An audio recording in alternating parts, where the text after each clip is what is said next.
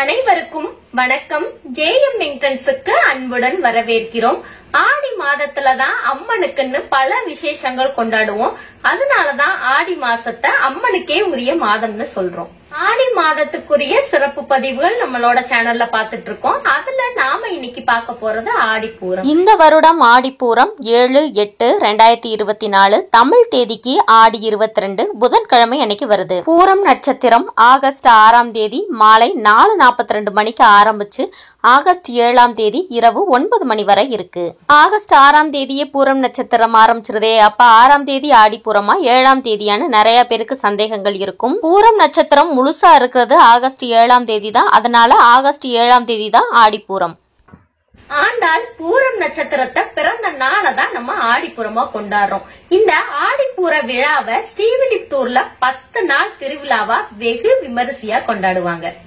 ஆடிப்பூரம்னா என்ன, கோயில்லையும் சரி வீட்லயும் சரி எப்படி வழிபாடு நடத்தணும், ஆடிப்பூரம் அன்னைக்கு என்னென்ன விஷயங்கள் செய்யணும், ஆடிப்பூர அன்னைக்கு அம்மனுக்கு வளைகாப்பு செய்யறங்கிறது வெகு சிறப்பான ஒரு விஷயம். அந்த வளைகாப்பு எப்படி வீட்லயே அம்பாளுக்கு நடத்தணுங்கிறத இந்த பதிவுல பார்க்கலாம். அதனால கடைசி வர வீடியோவை ஸ்கிப் பண்ணாம பாருங்க, உங்களுக்கு உதவியாக இருக்கும். முதல்ல ஆடிப்பூரம்னா என்னன்னு பார்க்கலாம். அம்மனுக்கு படையல் போட்டு வழிபாடு செய்யக்கூடிய நாள் தான் இந்த ஆடிப்பூர விழா. பூமாதேவி இந்த உலகத்தையே காப்பாத்துறதுக்காக ஆண்டாளாக பூரம் நட்சத்திரத்துல அவதரிச்ச நாள் தான் ஆடிப்பூரம். இப்ப கோவில்ல ஆடிப்பூரத்தன்னைக்கு எப்படி வழிபாடு செய்யலாம் அப்படிங்கறத பாக்கலாம். எல்லா அம்மன் கோயில்கள்லயுமே ஆடிப்பூர விழா வெகு விமரிசையா கொண்டாடுவாங்க. பால் குடம் எடுப்பாங்க, முளைப்பாரிய வளத்தை ஆத்துல விடுவாங்க, தீ மிதிப்பாங்க, விளக்கு பூஜை பண்ணுவாங்க, மாவிளக்கு வைப்பாங்க, அம்மனுக்குன்னு சந்தன காப்பு மஞ்சள் காப்பு அலங்காரதெல்லாம் பண்ணுவாங்க. முக்கியமா ஆடிப்பூரத்தன்னைக்கு அம்மனுக்கு வளையல் மாலை கட்டி வளையல் அலங்காரம் பண்ணுவாங்க. ஒவ்வொரு கன்னி பெண்ணுக்குமே திருமணம் தடையில்லாம நடக்கணும், தாலி பாக்கியம் வேணும், குழந்தை பேரு கிடைக்கணும், கர்ப்பமா இருக்கிறவங்களுக்கு சுகப்பிரசவம் ஆகணும், கணவன் மனைவி ஒற்றுமை அதிகரிக்கணும் அப்படின்னு ஏதாவது ஒரு கோரிக்கையை நினைச்சு நம்ம ஒற்றைப்படையில இருக்கிற மாதிரி அம்பாளுக்கு வளையல் வாங்கி கொடுக்கணும். நம்ம ஏதாவது ஒரு கோரிக்கையை நினைச்சு வாங்கி கொடுக்கற வளையலை வச்சுதான் அம்பாளுக்கு வளையல் அலங்காரம் பண்ணுவாங்க. இந்த பூஜை வழிபாடு எல்லாமே முடிச்சிட்டு என்ன பண்ணுவாங்கன்னா அம்பாளுக்கு அலங்காரம் பண்ண வளையல வந்தவங்களுக்கு எல்லாத்துக்குமே பிரிச்சு கொடுப்பாங்க. பெண்களும் சாமி கிட்ட இருந்து வாங்கின வளையல தன்னோட கைகள்ல போட்டுக்குவாங்க. அடுத்த வருஷமே நம்ம என்ன கோரிக்கையை நினைச்சு நம்ம வளையல் வாங்கி கொடுக்கறோமோ அந்த கோரிக்கை அப்படியே நடந்துருங்கிறது ஒரு நம்பிக்கை. அதனால இந்த வருஷம் வரக்கூடிய ஆடிப்பூரத்தன்னைக்கு கோயில்ல அம்பாளுக்கு அலங்காரம் பண்றதுக்காக ஏதாவது ஒரு கோரிக்கையை நினைச்சு ஒற்றைப்படையில இருக்கிற மாதிரி வளையல் வாங்கி கொடுங்க. கோவில்ல எப்படி ஆடிப்பூர வழிபாடு செய்யணுங்கிறத பார்த்தோம். இப்ப வீட்லயே எப்படி வழிபாடு செய்யணுங்கிறத பார்க்கலாம். எந்த ஒரு பூஜை எந்த ஒரு விரதம் நம்ம வீட்டுல பண்றதா இருந்தாலும் முதல் நாளே வீடை எல்லாமே சுத்தம் பண்ணணும், பூஜை பொருட்கள் எல்லாமே சுத்தம் பண்ணணும்னு நம்மளோட ஒவ்வொரு பதிவுகள்லயுமே பாத்துட்டு இருக்கோம். ஆடிப்பூர தன்னைக்கு அதிகாலையிலே எந்திரிச்சு குளிச்சுட்டு வாசல் தெளிச்சு கோலம் போட்டுருங்க. முதல்ல ஒரு தட்டுல தேங்காய், வாழைப்பழம், வெற்றிலை பாக்கு, பூ இதெல்லாம் வைக்கணும். மற்றொரு தட்டுல காதோல கருகமணி, இது பூஜை பொருட்கள் விற்கக்கூடிய கடைகள்ல கிடைக்கும், வாங்கி வச்சுக்கோங்க. காதோல கருகமணி, கண்ணாடி வளையல், முகம் பார்க்கும் கண்ணாடி, மஞ்சள், குங்குமம், மஞ்சள் கிழங்கு, மஞ்சள் கயறு, சீப்பு இதெல்லாம் வாங்கி வச்சுக்கோங்க.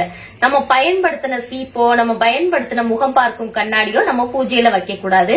பூஜைக்குன்னு தனியா புதுசா வாங்கி வச்சுக்கோங்க.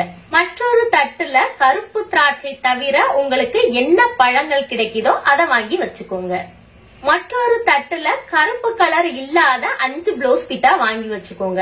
அந்த 5 பிளவுஸ் பீட்டுக்குமே தனித்தனியா மஞ்சள் கிழங்கு, மஞ்சள், குங்குமம், மஞ்சள் கயறு, கொஞ்சம் உதிரி பூக்கள், வெற்றிலை பாக்கு இதெல்லாம் செட்டு செட்டா இருக்கிற மாதிரி தனியா வாங்கி வச்சுக்கோங்க. மொத்தம் பிளவுஸ் பீட்டோட சேர்த்து 5 செட்டு இருக்கிற மாதிரி பாத்துக்கோங்க. குத்து விளக்கு 2 எடுத்துக்கோங்க. 2 குத்து விளக்குகளுக்குமே மஞ்சள், குங்குமம், பூவெல்லாம் வச்சு அலங்காரம் பண்ணுங்க. உங்ககிட்ட அம்மனோட திருவுருவ படம் இருந்தாலும் சரி, அம்மனோட சிலைகள் இருந்தாலும் சரி, அதை நல்லா சுத்தம் பண்ணிட்டு திருவுருவ படத்துக்கும் சரி, சிலையா இருந்தாலும் சரி மஞ்சள் குங்குமம் வச்சு பூ வச்சு அலங்காரம் பண்ணுங்க. மஞ்சள் நிற நூல்ல ஒற்றைப்படையில இருக்கிற மாதிரி வளையல்கள் எடுத்து மாலையா ரெடி பண்ணி அம்பாளோட திருவுருவ படத்துக்கு போடணும். வெள்ளை நிற நூல் தான் இருக்கு அப்படிங்கிற பட்சத்துல வெள்ளை நிற நூலுக்கு மஞ்சள்ல தோய்ச்சிட்டு கூட நீங்க மாலையா கட்டிக்கலாம். இததான் நம்ம அம்பாளுக்கு வளைகாப்பு நடத்துறதுன்னு சொல்றோம்.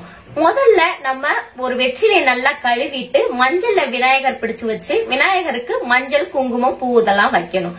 நாங்க ஆடிப்பூர வழிபாடு செய்ய போறோம், எங்களுக்கு எந்த வித தடங்களும் இல்லாம நல்லபடியா அந்த பூஜை நடந்து முடியணும்னு முழு முதற் கடவுளான விநாயக பெருமான வேண்டிக்கணும். அடுத்ததா பித்தளை செம்போ, தாமிர செம்போ, எவர் சில்வர் செம்பு தவிர உங்ககிட்ட இருக்கக்கூடிய செம்பு எடுத்துக்கோங்க. செம்ப நல்லா சுத்தம் பண்ணிட்டு செம்பு நிறைய நல்ல தண்ணீர் நிரப்பணும்.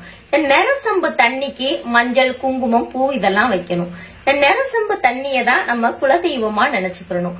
குலதெய்வத்துக்கிட்டையும் நம்ம மனசார வேண்டிக்கணும். நாங்க ஆடிப்பூர வழிபாடு செய்ய போறோம், எந்த வித தடங்களும் இல்லாம நீதான் நல்லபடியா முடிச்சு கொடுக்கணும்னு வேண்டிக்கணும். அம்பாளோட 108 போற்றிகள் உச்சரிச்சுக்கிட்டே நீங்க 108 தடவை குங்கும அர்ச்சனைகள் பண்ணணும், பூ அர்ச்சனைகள் பண்ணணும். வழிபாடு செய்யும் போது அம்மனுக்கு என்னென்ன நெய்வேத்தியங்கள் பண்ணலாங்கிறத பாக்கலாம். சர்க்கரை பொங்கல் பண்ணலாம், பால் பாயாசம் பண்ணலாம். உங்களால என்ன இனிப்பு வகைகள் பண்ண முடியுதோ அதை நீங்க பண்ணிக்கோங்க. ஒண்ணுமே எங்களால செய்ய முடியாதுங்க, சிம்பிளா சொல்லுங்க அப்படின்னு சொல்றவங்களுக்கு காய்ச்சின பசும்பால்ல நாட்டு சக்கரை கலந்து கூட நீங்க வச்சு நெய்வேத்தியமா படைக்கலாம். இப்போ ஆடிப்பூர வழிபாடு செய்யறதுக்குரிய நல்ல நேரத்தை பார்க்கலாம். அதிகாலையில பிரம்ம முகூர்த்த வேலையிலேயே செஞ்சுட்டோம்னா நம்ம எந்த வித நல்ல நேரமே பார்க்க தேவையில்லை, அதிக விசேஷமா அமையும். பிரம்ம முகூர்த்த வேலையிலாம் எங்களுக்கு எந்திரிக்க முடியாதுங்க, காலையில ஒரு நல்ல நேரமா சொல்லுங்க அப்படின்னு யோசிக்கிறவங்களுக்கு காலை 9:15 மணி முதல் 10:15 மணி வரை அல்லது காலை 10:45 மணி முதல் 11:45 மணி வரை நீங்க வழிபாடுகள் செஞ்சுக்கலாம். நாங்க மாலை நேரத்துல தாங்க எப்பவுமே சாமி கும்பிடுவோம் அப்படின்னு நினைக்கிறவங்க மாலை 4:45 மணி முதல் 5:45 மணி வரை நீங்க வழிபாடுகள் செஞ்சுக்கலாம். திருமண தடை நீங்கணும்னு நினைக்கிறவங்களும் குழந்தை பாக்கியத்துக்காக வெயிட் பண்ணிட்டு இருக்கவங்களும் ஆடிப்பூர வழிபாடு முடிச்சிட்டு ஒரு முக்கியமான விஷயம் செய்யணும். ரொம்ப கஷ்டமான விஷயம் எல்லாம் இல்லங்க, ரொம்ப ஈஸியான விஷயம் தான். இத நீங்க செஞ்சீங்கன்னா அடுத்து வரக்கூடிய ஆடிப்பூரத்துக்குள்ள நீங்க என்ன கோரிக்கை நினைச்சு வேண்டிக்கிறீங்களோ அது அப்படியே நடக்கும். நம்ம ஏதாவது ஒரு கோரிக்கை நினைச்சு வேண்டிக்கணும்னு நினைக்கிறவங்க ஒரு வேளையாவது நீங்க சாப்பிடாம விரதம் இருந்து வேண்டிக்கணும். ஆடிப்பூர வழிபாடு எல்லாமே நம்ம முன்னாடி பார்த்தது மாதிரி முடிச்சிட்டு ஒரு மனை பலகையை எடுத்து சுத்தம் பண்ணிக்கோங்க. மனை பலகையை எடுத்து திருமணம் தடை நீங்க வேண்டிய ஆணாக இருந்தாலும் சரி, பெண்ணாக இருந்தாலும் சரி, அல்லது குழந்தை பாக்கியம் வேண்டி விரதம் இருக்கிறவங்களா இருந்தாலும் சரி, அவங்கள கிழக்கு முகமா அந்த மனை பலகையில உட்கார வைங்க. கர்ப்பமாக இருக்கக்கூடிய கர்ப்பஸ்திரிக்கு சுகப்பிரசவம் நல்லபடியா ஆகணும் அப்படின்னும் இந்த மனைப்பலகையில உட்கார வச்சு இந்த முறையை செய்யலாம். சம்பந்தப்பட்டவங்களை மனைப்பலகையில கிழக்கு முகமா உட்கார வச்சு அவங்க கன்னம், நெற்றி, கைகள்லாம் மஞ்சள் குங்குமம் வைக்கணும். மனைப்பலகையில உட்கார்ந்து இருக்கிறது ஆணாக இருந்தாங்க அப்படின்னா நம்ம பூஜை செய்யும் போது குங்கும அர்ச்சனை பண்ணோம் பாத்தீங்களா, அந்த குங்குமத்தை எடுத்து வச்சுட்டு அர்ச்சனை தூவி இந்த முறையை முடிச்சுக்கலாம். மனைப்பலகையில உட்கார்ந்துருக்கிறது பெண்களா இருந்தாங்க அப்படின்னா அவங்களுக்கு நம்ம வளையல் மாலை அம்பாளுக்கு கட்டி போட்டிருக்கோம்ல, அதை எடுத்து அவங்க கைகள்ல போட்டு விடுங்க. அட்சதை தூவி ஆரத்தி எடுத்துருங்க. அடுத்த வருஷம் வரக்கூடிய ஆடிப்பூரத்துக்குள்ள நாங்க நினைச்ச கோரிக்கை முடிவடையணும் அப்படின்னு மனசார வேண்டிக்கோங்க. ஆரத்தில எடுத்து முடிச்சுட்டு இன்னும் ஒரே ஒரு விஷயம் செய்யணும். என்ன விஷயம்னா, மனைப்பலகையில உட்கார்ந்துருக்கக்கூடிய பெண்ணோட முந்தி பகுதியை எடுத்துக்கோங்க. முந்தி பகுதியில ஒரு தேங்காய், வெற்றிலை பாக்கு, வாழைப்பழம் இதெல்லாம் வச்சு ஒரு முடிச்சு மாதிரி போட்டுக்கோங்க. அந்த முடிச்ச அவிழ்க்காம பூஜை அறைக்கு போய் நம்ம பூஜை பண்ணோம் பாத்தீங்களா, அம்பால நம்ம என்ன கோரிக்கை நினைச்சு வேண்டணுமோ, அதாவது எங்களுக்கு சீக்கிரம் திருமணம் நடக்கணும், அல்லது குழந்தை பாக்கியம் வேணும், இல்லங்க நாங்க கர்ப்பமா இருக்கோம், எங்களுக்கு சுகப்பிரசவமா ஆகணும், நீங்க என்ன கோரிக்கை நீங்க நினைக்கிறீங்களோ அத மனம் உருகி அம்பாள் கிட்ட வேண்டிக்கணும். இந்த முறைய நம்ம செஞ்சோம்னா அடுத்த வருஷம் வரக்கூடிய ஆடிப்பூரத்துக்குள்ள நீங்க என்ன கோரிக்கைகள் நினைச்சு மனமுருகி வேண்டிக்கிறீங்களோ அது அப்படியே நடக்கும். இது அனுபவத்தால உணர்ந்த உண்மை. இந்த ஆடிப்பூர வழிபாட்டுனால நீங்க பயன் பெற்றீங்க அப்படின்னா எங்களோட வீடியோக்கு கீழே கமெண்ட் பண்ணுங்க, நாங்களும் தெரிஞ்சுக்கிறோம். ஆடிப்பூரத்தை அன்னைக்கு முடிஞ்ச அளவுக்கு 2 பேருக்குனாலும் சாப்பாடு வாங்கி கொடுங்க. இயன்றவர்களுக்கு செய்கின்ற தானத்தை விட இயலாதவர்களுக்கு செய்யக்கூடிய தானம் தான் சிறந்தது. இந்த பதிவு உங்களுக்கு பயனுள்ளதா இருக்கு அப்படின்னு தோணுச்சுன்னா உங்களோட உற்றார் உறவினர்கள் நண்பர்களுக்கு பகிர்ந்துக்கோங்க. இந்த பதிவு பற்றிய சந்தேகங்கள் உங்களுக்கு இருந்தா கமெண்ட் செக்ஷன்ல கமெண்ட் பண்ணுங்க, நான் ஆன்சர் பண்றேன். இந்த வீடியோ உங்களுக்கு பிடிச்சிருந்ததுன்னா லைக் பண்ணுங்க, ஷேர் பண்ணுங்க, மறக்காம JM Internsக்கு சப்ஸ்கிரைப் பண்ணுங்க. நன்றி.